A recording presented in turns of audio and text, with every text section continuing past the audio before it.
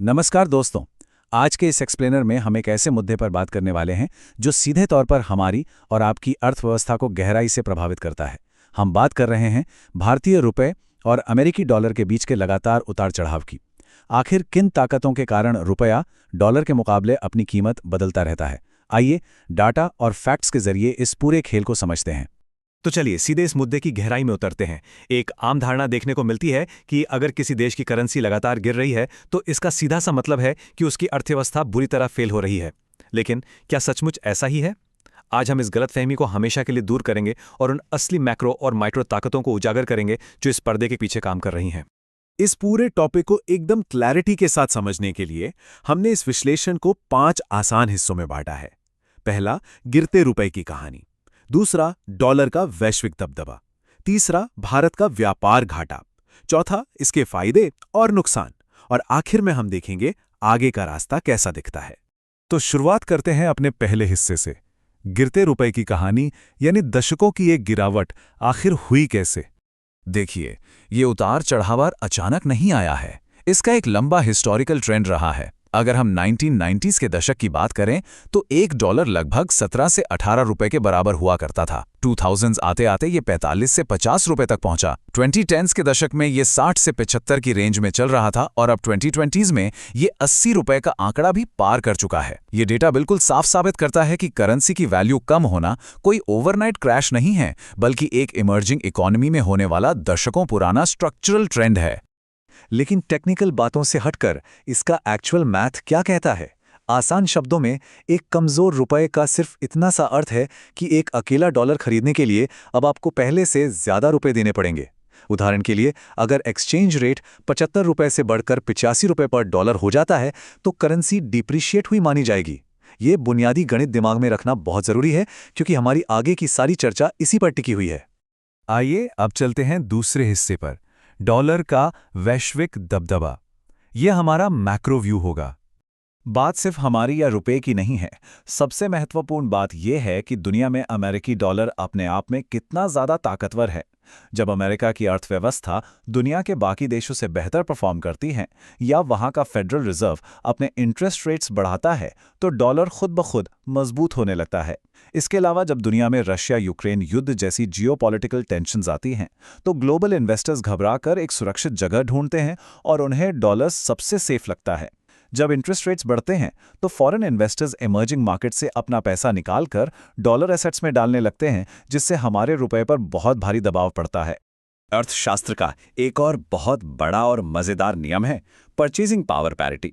Simple भाषा में कहें तो लंबे समय में करेंसी की कीमत इस बात पर निर्भर करती है कि दोनों देशों के बीच महंगाई यानी इन्फ्लेशन का कितना फर्क है। अगर भारत में महंगाई अमेरिका के मुकाबले लगातार ज्यादा तेजी से बढ़ेगी तो हमारे यहाँ बनने वाले सामान की कीमत भी बढ़ेगी। ग्लोबल मार्केट में वो सामान महंगा हो जाएगा और उसकी डिमांड कम हो जाएगी। इस चीज को बैलेंस करने के लिए ही करेंसी धीरे धीरे अपनी वैल्यू खोती है। ये महंगाई का फर्क रुपए को धीमी आंच पर लगातार कमजोर करता है। इन सब ग्लोबल फोर्सेस के बीच हमारे सेंट्रल बैंक की क्या भूमिका होती है? देखिए, आरबीआई एक मैनेज्ड फ्लोट सिस्टम को फॉलो करता है। इसका मतलब ये बिल्कुल नहीं है कि आरबीआई रोजाना आकर रेट फिक्स कर देगा या किसी एक स्पेसिफिक नंबर को बचाने की जिद पर अड़ जाएगा। लेकिन जब मार्केट में अचानक पैनिक आता है या उतार चढ़ाव बहुत ज्यादा बढ़ जाता है तब आरबीआई जरूर इंटरवीन करता है। आरबीआई इस धीमी गिरावट को बर्दाश्त इसलिए कर लेता है ताकि हमारे एक्सपोर्ट्स दुनिया में कंपेटिटिव बने रहें, और सबसे जरूरी बात, देश के कीमती फॉरेन एक्सचेंज रिजर्व्स को करेंसी बचाने के चक्कर में आवे बर्बाद होने से रोका जा सके। अब आते हैं तीसरे और सबसे ग्राउंड लेवल पहलू पर, भारत का व्यापार घाटा। चलिए थोड़ा माइक्रो अर्थव्यवस्था को समझते हैं। करंट अकाउंट डेफिसिट या कैड, ये शब्द रोज सुनने में आता है और किसी भी देश का फाइनेंशियल हेल्थ चेकअप होता है।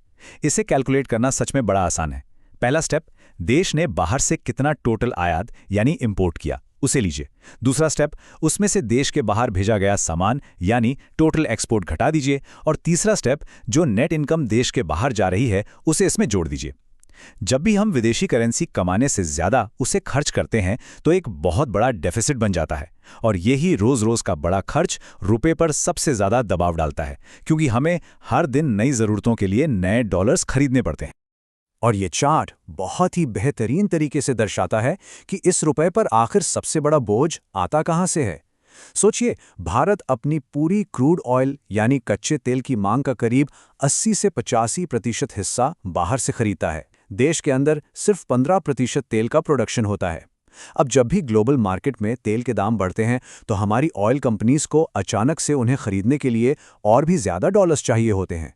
हर महीने बिलियंस ऑफ डॉलर्स सिर्फ तेल का बिल भरने में निकल जाते हैं और ये फैक्टर रुपए की वैल्यू को लगातार नीचे की तरफ खींचता है। पर बात सिर्फ तेल पर ही खत्म नहीं होती। इंपोर्टेड इलेक्ट्रॉनिक्स, भारी मशीनरी और देश के सोने यानी गोल्ड की हैवी डिमांड भी इस ट्रेड डेफिसिट को लगातार बढ़ाती रहती है।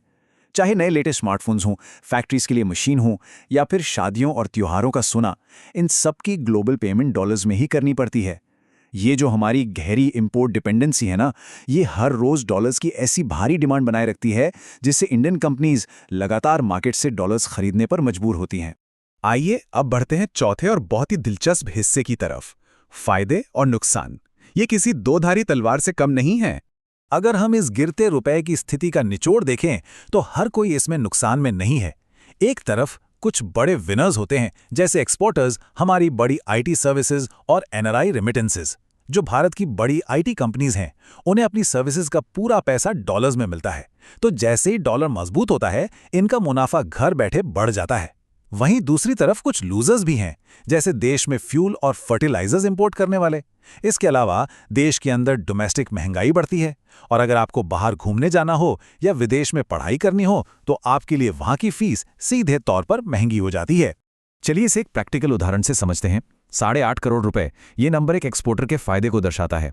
मान लीजिए किसी एक्सपोर्टर ने $1 मिलियन का सामान बाहर भेजा। जब एक्सचेंज रेट 75 रुपए था तो उसे बदले में मिले 7.5 करोड़ रुपए, लेकिन रेट गिरकर 85 रुपए होते ही उसी एक्सपोर्टर को उसी $1 मिलियन के बदले मिलते हैं सीधे 8.5 करोड़ रुपए।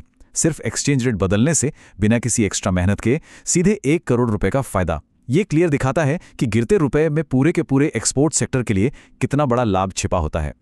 और अब आते हैं हमारे आखिरी और 5वें हिस्से पर, आगे का रास्ता। आखिर फ्यूचर का नजरिया कैसा दिखता है? ऐसा नहीं है कि ये ट्रेंड बदल नहीं सकता। कुछ ऐसे खास फैक्टर्स और इनिशिएटिव्स हैं जो हमारी करेंसी को आगे चलकर स्टेबलाइज या बेहतर कर सकते हैं। अगर ग्लोबल मार्केट में ऑयल प्राइसेस गिर जाएं या अमेरिका में इंटरेस्ट रेट्स कम हो जाएं तो फॉरेन कैपिटल वापस आने लगेगा। वहीं घरेलू स्तर पर देखें तो मेक इन इंडिया जैसी तगड़ी योजनाएं, लोकल सेमीकंडक्टर प्लांट्स लगाना और बाकी देशों के साथ डायरेक्ट रुपए में ट्रेड सेटल करना, ये सब ऐसी ठोस कोशिशें हैं जो लंबे समय में डॉलर पर हमारी इस रिलायंस को कम करने के लिए ही बनाई गई हैं। तो इस एक्सप्लेनर को खत्म करते हुए सोचने वाली बात यह है, क्या मेक इन इंडिया और सीधे रुपए में ट्रेड सेटलमेंट्स जैसे नए एग्रेसिव कदम वाकई में इन दशकों पुराने डेप्रिसिएशन के सिलसिले को हमेशा के लिए पलट पाएंगे? ग्लोबल ट्रेड के तौर तरीके अब तेजी से बदल रहे हैं और आने वाला वक्त ही बताएगा कि ये स्ट्रक्चरल शिफ्ट कितना प्रभावी होता है। आज के इस सफर में हमारे साथ जुड़ने के लिए बहुत बहुत शुक्रिया।